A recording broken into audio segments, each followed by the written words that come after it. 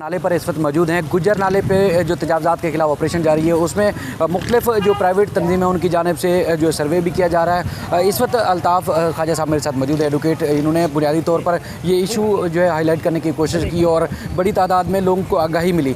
कौन लोग हैं सर्वे कर रहे हैं और किस वजह से कर रहे हैं? जी, ये हमारी मैडम अबीरा हैं, इनके साथ और इनके दोस्त हैं खुर्रम साहब हैं। ये कराची बचाओ तहरीक के लिहाज से ख़ास तौर पर इस तरह की चीज़ों को मॉनिटर करते हैं जहाँ पर लोगों के साथ ज़्यादती हो रही है। जो यहाँ पर ज़्यादती हो रही है, औरंगी नाले है, महमूदाबाद है, बैरिया टाउन है, तो इस तरह की चीज़ों पे ये पहले भी काम कर चुके हैं। तो अब इन्होंने हमसे रब्ता किया। ये आबिद असगर साहब हैं और ये बाकी लोग हैं, तो ये यहाँ आए। अभी इन्होंने क्रिश्चियन कम्युनिटी से उनको उनसे फॉर्म दिए हैं उनको, और ये एक मुजाहरा करने जा रहे हैं। 21 तारीख को मुजाहरा जो है इनका प्रेस क्लब पे हो रहा है कराची बचाओ तहरीक के प्लेटफॉर्म से, और ये लोगों से अपील कर रहे हैं कि आप लोग आएँ और अपने हक़ के लिए लड़ें। ये बताइएगा कि उसका पहले भी मुजाहरा किया, अब मुजाहरे से क्या हासिल होगा? तोड़-फोड़ तो वैसे जारी है, अदालत का काम देखें मुजाहरा करना हमारा एक हक़ है। हम जमहूरी लोग हैं। हम क्या कहते हैं, इनकी तरह गैर कानूनी काम नहीं करेंगे। लीज़ मकानात को तोड़ें और क्या कहते हैं कंडम ऑफ कोर्ट करें। हम कानून के दायरे के अंदर रह के अपना हक़ लेंगे और हमारा हक़ बनता है कि मुजाहरा करना ये हमारा बुनियादी हक़ है। हमारे साथ नाजायज़ हो रहा है, हमारे साथ जुल्म हो रहा है, हमारे लीज़ मकानात को तोड़ा जा रहा है।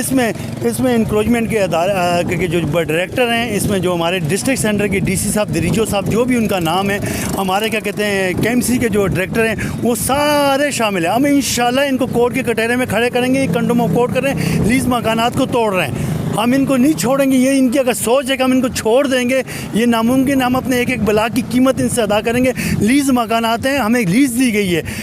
ये कौन सी बदमाशी है कि लीज़ मकानात को आप तोड़ रहे हैं बग़ैर नोटिस के?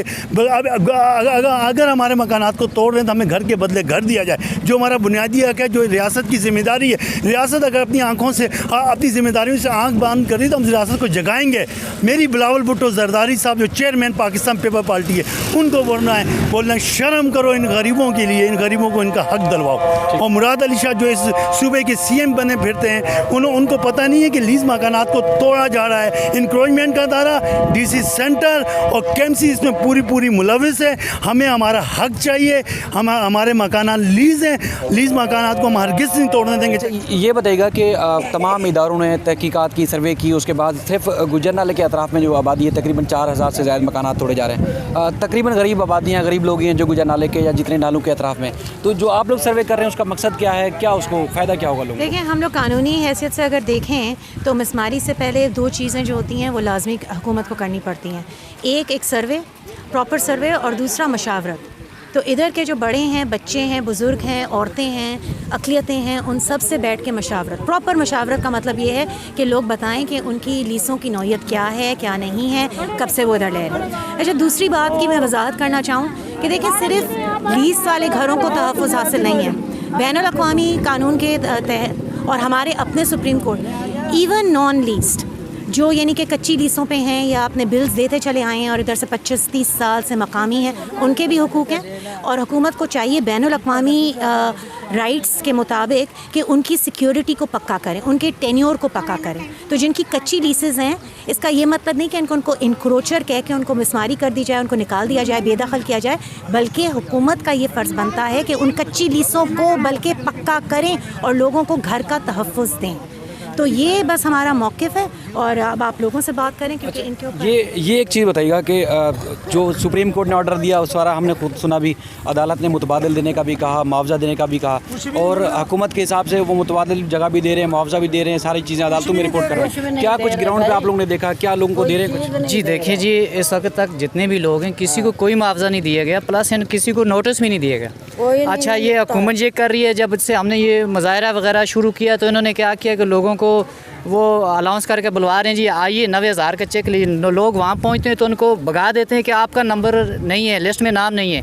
सिर्फ लोगों को इस वजह से लालच देकर बुला रहे हैं कि ये लोग कहीं मुजाहरे पे नहीं जाएं। अब यहाँ का जितना भी लोगों का हकूक़ छीनने में उसका हाथ है टोटल डीसी सेंट्रल का। डीसी सेंट्रल एक अवामी नुमाइंदा होता है, उसको चाहिए कि वो अवाम में आए, अवाम में आकर जिन लोगों के घर जद में आ रहे हैं उन लोगों से बातचीत करें कि आपका कितना आ रहा है। अब वर्ल्ड बैंक ने तो इनको पेमेंट की हुई है, ये तो लोगों को आवाम को पता नहीं है। वर्ल्ड बैंक ने जब पूरा पैसा दिया हुआ है, एक 20 या 40 लाख की प्रॉपर्टी जा रही है, आप 90,000 रुपये का चेक देकर उनको बेवकूफ़ बनाकर आप उनसे फर्नीचर लेकर आप उस घर को फौरी तोड़ देते हो, तो वो लोग कहाँ रहेंगे? डेली वेजेस पे काम करने वाले लोग जो हैं रो रहे हैं। आप यकीन करें, हम सर्वा करते हुए आ रहे हैं, कई लोगों के आंसू हम पहुंच नहीं सकते, वो खून के आंसू रो रहे हैं कि हम लोगों का क्या बनेगा, महंगाई इतनी है, हमारा घर हमसे छीना जा रहा है। हम 20-25 सालों से अपनी सारी ज़िंदगी सर्व करके हम लोगों ने ये घर बनाया और अब हमसे ये सिंध गवर्नमेंट छीन रही है। इसमें तमाम अदारे जो मुलविस हैं ये सिर्फ अपना जेब भरने के लिए गरीबों पर जुल्म कर रहे हैं, जुल्म के पहाड़ टूटे जा रहे हैं, कई लोगों के घर मसमार। अब 0 पॉइंट की कैफियत बताऊं, हम पिछले हफ्ते वहाँ पर गए, एक बेवा ख्वातीन है, उसको सिंध पुलिस की कांस्टेबल, 2 जेंट्स और 3 लेडीज़ कांस्टेबल ने उसको उठाकर नाले पर फेंक दिया।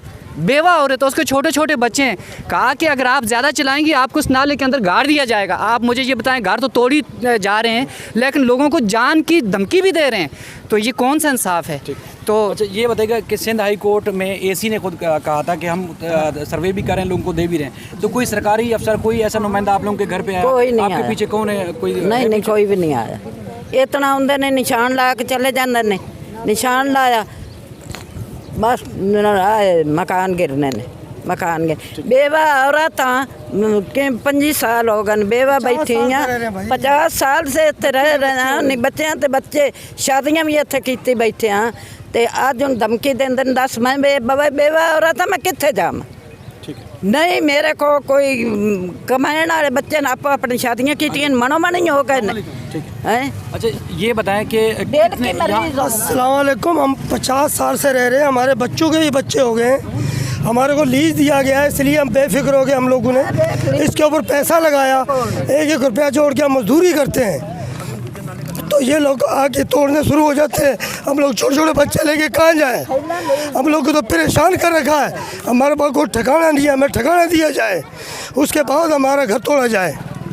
ना मैं नोटिस देते हैं, ना मैं कुछ देते हैं, आगे रेंजर आती है, पुलिस आती है, खाली करो घर को, खाली करो, तोड़ना है, इसको तोड़ना है।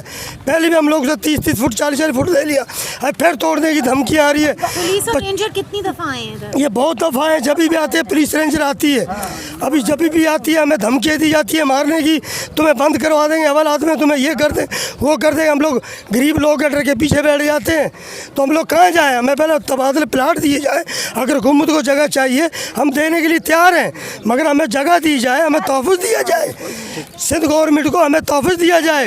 ये नहीं कि हमें बर्बाद करे गरीब लोगों को, छोटे छोटे बच्चे लेके हम कहाँ जाएंगे? देखिए, घर के अलावा जो आप घर के अलावा जॉब्स हैं उसका भी बताएं। हमारे पास कोई जॉब नहीं है, मजदूर लोग हैं। इधर जो स्कूल है, स्कूल भी है, मगर हमारे पास तो अपने खाने के लिए पैसे नहीं, स्कूल में बच्चों को कहाँ पढ़ाएंगे?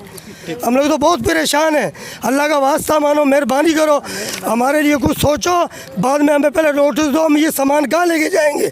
यही है कि हमें गला दबा के नदी नालों में फेंक दो ताकि हम मर जाएंगे, ना हुकूमत में बोझ बनेंगे, ना कुछ लेंगे ना कुछ देंगे, फिर इसलिए हम हुकूमत के ऊपर से टल जाएंगे। हम लोग अल्लाह का वास्ता करें, हम गरीबों पर जुल्म नहीं करें, हम कुछ न कुछ हमें घर वर दें, उसके बावजूद भले हुकूमत को चाहिए तोड़े जो उनकी समझ में आती है, हमें घर तो दें, हमें कुछ भी नहीं दी जा रहे। मैं मोहम्मद खान गुजरनाले का 50 साल का रियासी हूँ, मैं यहाँ ही रहता हूँ, मेरे बच्चों के बच्चे भी हो गए हैं। उस टाइम सिंध गवर्नमेंट ने हमें, हुकूमती कच्ची आबादी ने हमें लीज दिया तो हम लोगों ने खर्चा किया, हमें घर दो, जब हमें घर नहीं दोगे तो हमें क्यों तोड़ोगे? हम लोग बिल्डोजर के नीचे आके खड़े हो जाएंगे, हमें भले जान से मार दो, हम लोग नहीं हटेंगे जब तक हमें घर नहीं दिया जाएगा, हम लोग नहीं हटेंगे यहाँ से। भले कितनों को मारे, मार दो, रेंजर मारे, पुलिस मारे, DC मारे, CO मारे, जो भी है मारो, हमें, हम मरने के लिए तैयार हैं। हम लोग मरे हुए तो हैं आगे, हमारे में रखा ही क्या है? हम लोग आगे से ही मरे हुए हैं, हमारे में कुछ भी नहीं है। रोज़ हम लोग को रोटी ना ऊपर जाती है ना नीचे जाती है, जब भी सुनते हैं हाँ भाई तोड़ने वाले आगे, हाँ भाई तोड़ने वाले आगे, हम लोग को रोटी नहीं खा सकते। हम लोग ब्लड प्रेशर का मरीज हूँ, मैं मर के इनके गले लग जाऊँगा, मैं गाड़ी के नीचे आ जाऊँगा। अगर मेरा घर तोड़ा मैं बिल्डोजर के नीचे आ जाऊँ, मैं आसरा नहीं करूँगा। रेंजर वाले मारे या पुलिस वाले मारे, मुझे उनका कोई खौफ नहीं है। मुझे अपना घर दो, उसके बाद भले जो भी करना है करो। यहाँ बेवा औरतें भी रहती हैं।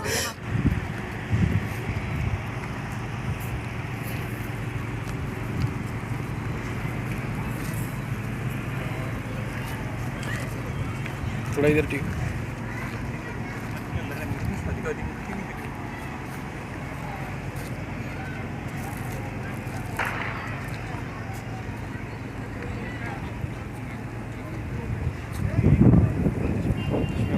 पानी तो बनाइए, पानी